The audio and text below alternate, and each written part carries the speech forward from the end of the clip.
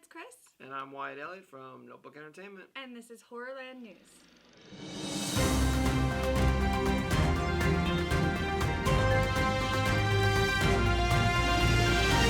Alright, so today we're going to start with our usual first segment, TV Roundup.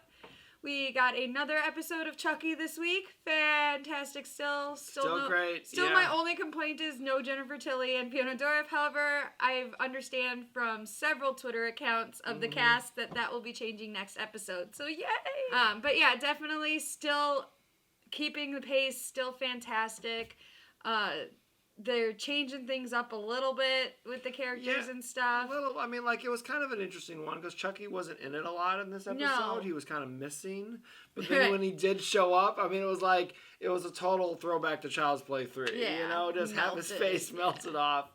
Really cool effects. I think we got a hint of another Chucky in Yeah, we think there might be the cult might be coming out. And I swear to God, I think that lady with her kid in the ball might be part of the cult too. But because they kept showing up. But we'll see. Want to know what we're talking about? Go watch the show. For reals. All right, so next we had another episode of I Know What You Did Last Summer.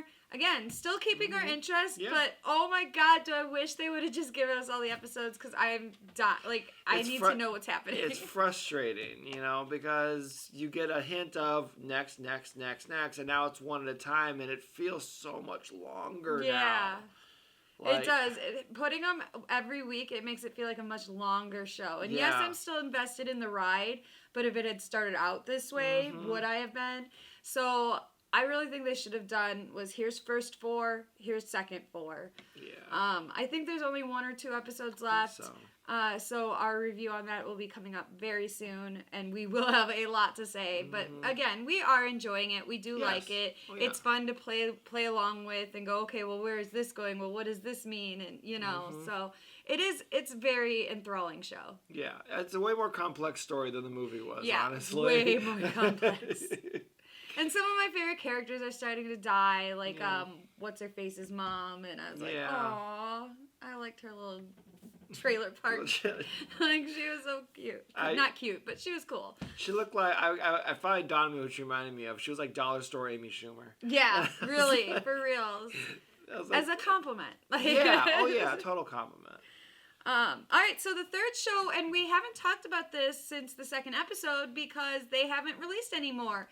Killer Camp was on CW, and for whatever reason, they've decided to pull the rest of the episodes for now.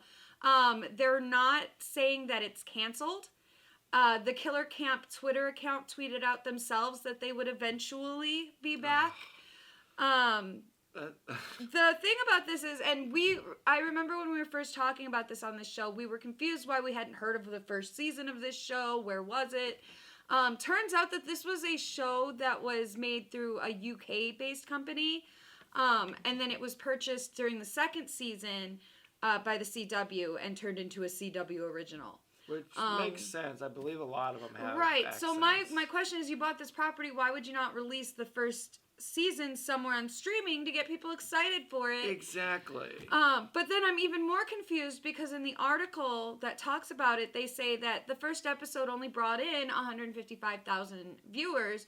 Okay, but they report that the second episode brought in 166,000. Still not a lot, but that's a 10,000 viewer jump in 1 week. That means word of mouth was starting to spread. Exactly. So they just gave up on it. Yep. So the first group of people who watched it, at least 10,000 of those were probably people saying, hey, check out this show. Yeah, check this out. Or talking about it on Twitter or something. Or like us, giving her, talking about it on our show. And if it would have kept going, what if it would have grown by 20,000 the next one? And then 50,000, They did not give this show a chance.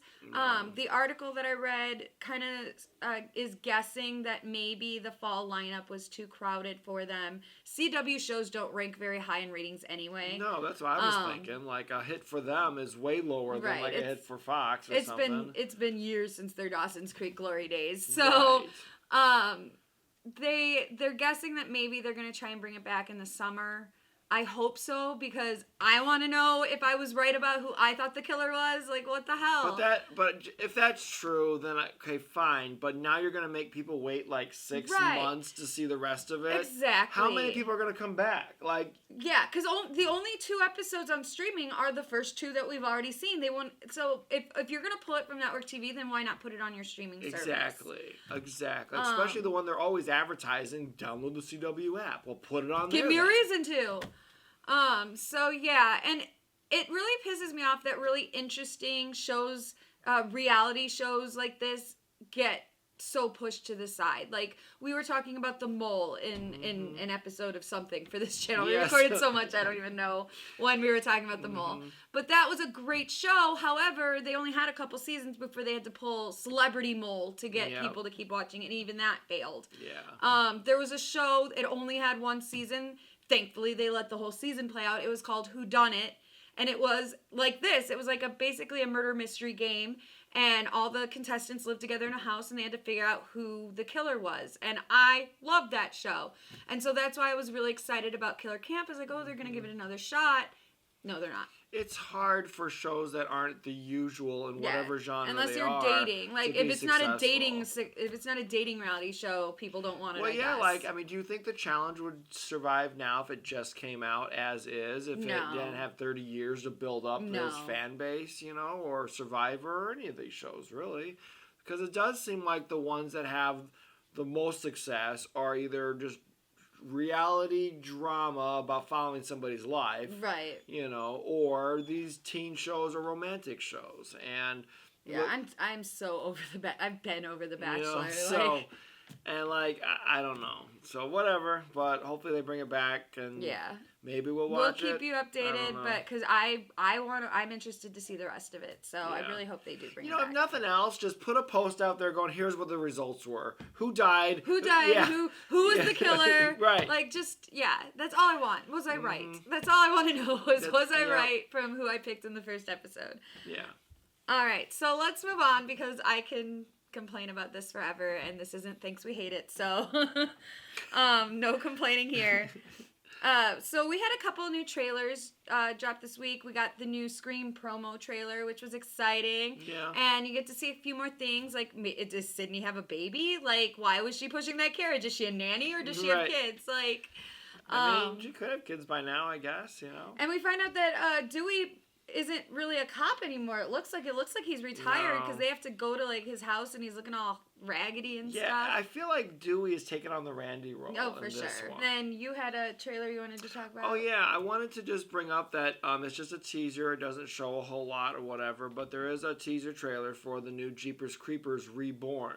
Without the original director. Yes, he has nothing to do with Pedo this. guy gone. It even says so in the trailer. It's like directed by blah, blah, blah. They're very sure to tell you he is not involved. So this is a good time. The one time it's good to get rid of the content creator and to have a studio take over a film. Start over. So because we've mentioned before that Jeepers Creepers is a potentially good... The first one I enjoyed. I did. Yeah, I did too. It wasn't bad. The second one was bad. Yeah, the third, I didn't even see the third I liked one, it enough that when the second one came out, I went and saw it in theaters. By the time, and I hated it. By the time the third one came out, we all knew who the director was, and I refused to watch it. Yeah, I refused to watch the third one. So I reboot, still, to this day, haven't seen it. I'm excited because it's a reboot, and I wanted to let everybody know that Please it's okay. go see this one. It's okay to see this one. I think it's okay to see this one, and if we find out otherwise... we'll let you know, but... So far, the new director seems okay. Like, no kids involved. Yeah, and the trailer makes it look like they're taking it really seriously. Like, you know, so I'm excited. And we need a new creature feature. So, I'm excited. Mm-hmm. I'll definitely go see it. All right, so in the news, I did see that, and this is something that excites us because we're Kevin Smith fans. Kevin Smith's daughter, Harley Quinn Smith, has taken up acting, and she is going to be in a new movie that sounds kind of cool. It's a new slasher film called Student Body. It is a indie film, and it's coming out in February. It was picked up by the production company. It's a feature debut of writer-director Leanne Kerr. So female-led, which I'll always, at least go support. Might not be good, but I'll give you a ticket. It's the price of a ticket. I feel like I've heard of this, honestly. Yeah, but it's Student Body. Well, I'm sure Kevin Smith has probably shared about it too, because he's been talking about he wants to get back into horror after Tusk and everything. So, but the plot summary is: a student body follows a group of students at a prestigious high school where a teacher oversteps his bounds. The teens are then forced to take matters into their own hands with deadly consequences. Okay. So, it's kids hitting back at a bad teacher, apparently. That could be cool. Yeah. Kind of like a reversal. Kind of substitute teacher, or right. What was that movie? It was a substitute. The substitute. Yeah. Yep. But kind of in reverse. Right. Or you could look at it as like a horror breakfast club in reverse. Maybe, I don't know. Which I would watch that. I'm making stuff immediately. up now. I would watch Horror Breakfast Club. So yeah, that sounds really interesting, and we again like to feature independent horror, so wanted to give you a heads up about that. February, it's supposed to be released. We'll let you know when we have more dates and stuff like that. Cool. And then I just wanted to talk and toot Halloween Kills' horn a little bit. Over Halloween weekend, they made even more money because obviously it's Halloween weekend. We watched it at the Halloween party we were at. We went downstairs in the basement and they're like, we're gonna put on a movie, and they put on Halloween Kills, and we're like, we'll be down here. Yeah. Just sat there in our masks and watched Halloween Kills. It was awesome. Best party ever. Shout out Kyle. Best party ever. It was really good time. I watched it like 6 times now. How many of you watched it? Tell us. Have you seen it more than once? That's a great question. Let us know in the comments how many times you've seen Halloween Kills. I'm at 6 already. I know there's people out there who've beaten me. I've seen people who are like, this is my 12th time watching. I'm like, slow down, buddy. Well, we've got a whole year before the new movie. I mean, I don't know how long it's going to be. That's true. On Peacock, you gotta watch it as much as you can. Yeah, while it's free. If you have Peacock. All right, so that's it for the news. Not a lot going on. We'll move on to our indie film spotlight.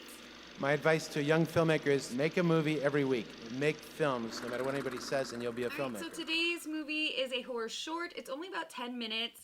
And it's from the Social House Films YouTube channel. And I only watched this one because I didn't have time, but they have a whole bunch of movies on there that I'm gonna be checking out because they looked interesting. Yeah, they're cool. It looks like they do actually really good effects and makeup effects and stuff. So the one that we're talking about that caught my eye is called Joke's on You, and this one just came out like last week.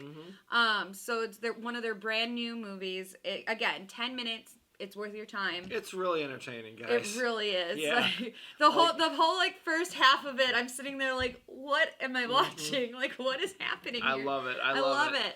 And then when they do have the special effects that they need to use, it's all practical, it seems.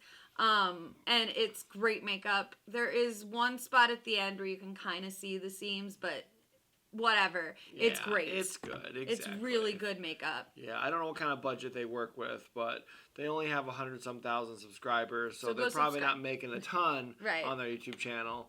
But yeah, so I don't know what their budget is, but I thought it was great. It's a unique concept. I think it kind of takes the Joker and turn it into like a horror. Right. You know? It takes something innocent like laughter and makes it sinister. And how... And it in a form of torture almost. Right, and how laughing can be catchy. Yeah. You know, and that I think is the key. Yep. But I don't want to spoil it. So. Yeah, their catchphrase for the movie is laughter is contagious. So yep. It was directed by Aaron Fradkin, written by Aaron Fradkin and Victoria Fratz, and starring Zachary Morin. Who does a great job. He did really good, yeah.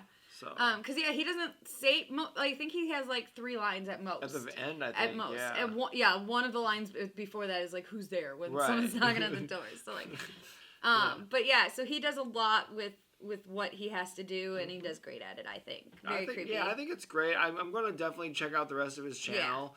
Over the course, and if we find something that's just really amazing, we might have to we might have to spotlight them again. But for now, definitely go check out their channel. At least, check out the channel, check out this short, and support them, share them, all that kind of stuff. Yep. And again, we want to credit people when they have original ideas. When they have, it's not Jason, Michael, Freddy. Right. No, this 15. Like this is something that. I don't know if there was more of an idea there they could expand on and make more of these, or if it's it's a perfect 10-minute short. It doesn't need to be more, but I wonder if there is more. But we want more, and that's a good thing to leave your audience feeling. Is like, you don't need more, but we want it. Yeah, you know? I do feel like there's an idea to be explored there. Yeah, so. Like maybe he goes around infecting people. It becomes like It Follows or something. Right, like there is something that haven't happened to a stand-up comedian or something. You know? Oh my god! And then when he tells jokes to the audience, everybody oh my god, that would be amazing. So if you guys are listening to us, we have ideas for you. What was the director's name? Aaron Fradkin. Aaron, if you catch this, we have ideas. Yeah, we have ideas. Hit us up. So, all right, that's our show. That's it. Okay, well, thanks guys, and please like and subscribe, and right in there below, and please leave us a comment. How many times you've seen Halloween Kills? And we'll share ours. So, thanks a lot, guys, and we really love doing this because we love horror. Yep. Good night, good fight. Bye.